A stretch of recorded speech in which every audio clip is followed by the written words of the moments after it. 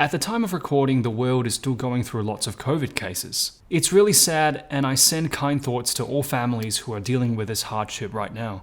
A lot of us are stuck at home. This may not be ideal, but it also means, in a good way, there's more time than ever to upskill ourselves, such as to practice piano.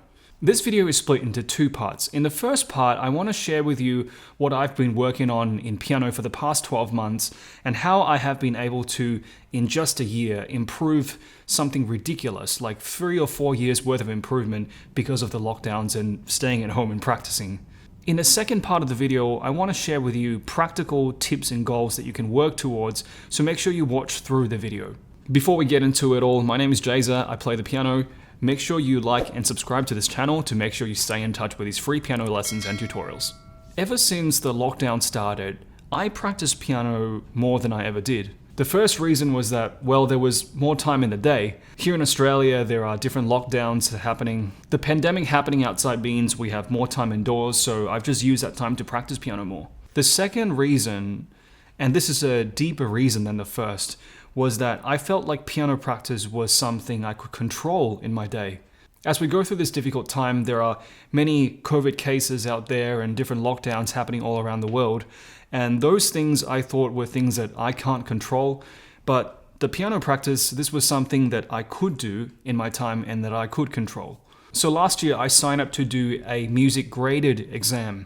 Now, depending on where you live in the world, music graded exams may or may not be familiar to you. There are organizations such as RCM or Trinity College, or the biggest one, ABRSM. I'm in Australia, so in Australia we have AMEB. These exams, they do essentially one thing, which is they provide a guided syllabus so that people can progress in music. Depending on which of these exam boards you go with, there usually is about 10 levels. You have your grade 1 to your grade 8, and these are the grades that people are more familiar with. And then generally when you get to that grade 9, 10 or 11, usually these exam boards call them diplomas, and these are those high tier, most difficult pieces that you'll find.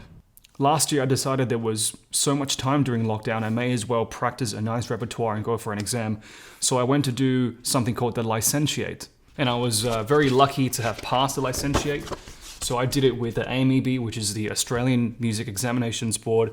And they give you a nice certificate like this if you pass the exam. So depending on where you stay in the world, there are different examination boards.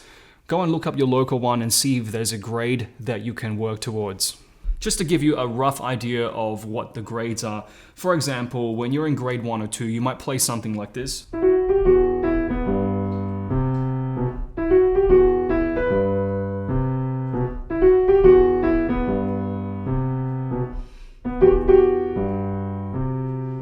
Okay, and then towards maybe the grade 4 or 5, you might play something like this.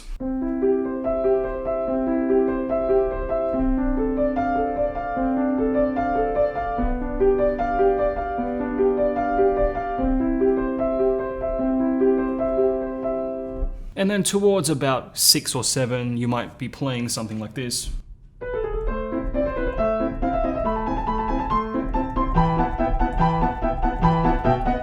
And then towards the higher grade, so we're talking like the level 9, 10, 11, or what a lot of these exam boards call the diplomas, you might play something like this.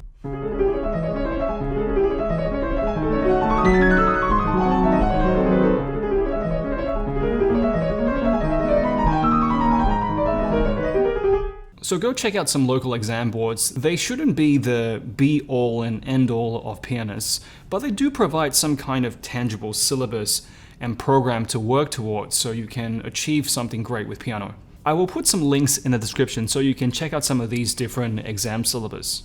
Now let's talk about some practical tips that's really going to help you to improve piano in this COVID time. The first tip I have for you is to use piano as your screen-free time. Now, whether you are at school or you are a full-time worker, it's likely that you are staring at a computer screen for a lot of the day. Personally speaking, practicing piano has been just a wonderful way for me to get away from the screens. These days, I'm actually trying hard to stay away from the screens as much as possible because screens, they make me extremely tired, and the annoying thing about it is When I get tired, I then try to go to sleep. But then because I looked at screens the whole day, and the science is that, it emits a certain kind of light that actually makes it hard to sleep. So you get into this vicious cycle of you look at a lot of screens, you get tired, but then you can't really sleep well. So try to take some time off the screens and just play some piano.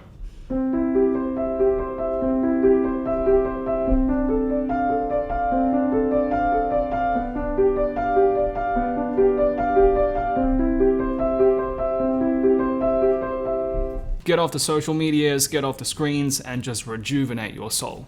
The second tip I have for you today is to figure out when in the day is your optimal practice time. For the past few months, because of lockdowns and staying at home, I could experiment with the different parts of the day to practice. And I found that for me personally speaking, mornings are the best time. Mornings are the times after my coffee, I feel very awake. I feel my brain is at 100%. And I just feel like my brain practices and retains more things when I do it in the morning. For example, when I'm learning new music, I find that I retain more in the day. And also when I'm doing something like metronome practice,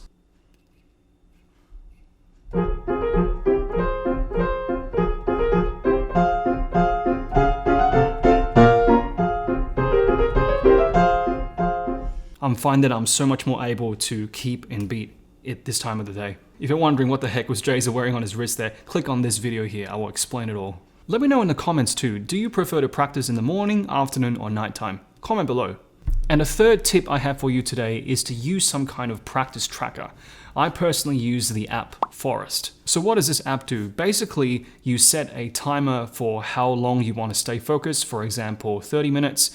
You click on start, and when you click on start, the timer starts counting down. And what the app does for you is it plants this seed. After the 30 minutes, it will blossom into this beautiful flower or tree. Now, the catch is you are not allowed to exit this app, because when you exit, then this tree dies. So the point of it is you want to activate the timer and you just leave it alone, right? You put your smartphone somewhere else for half an hour, it grows into a tree so that you can get some focused work done. This has been super helpful for me. I am much less distracted. And then I can also see and track how many hours I've worked throughout the weeks and months. It's a great tool. I really recommend it. Go to your app store and look for Forest. In conclusion, I have two more thoughts I want to share with you today. The first thing is to challenge yourself in this pandemic with regards to piano.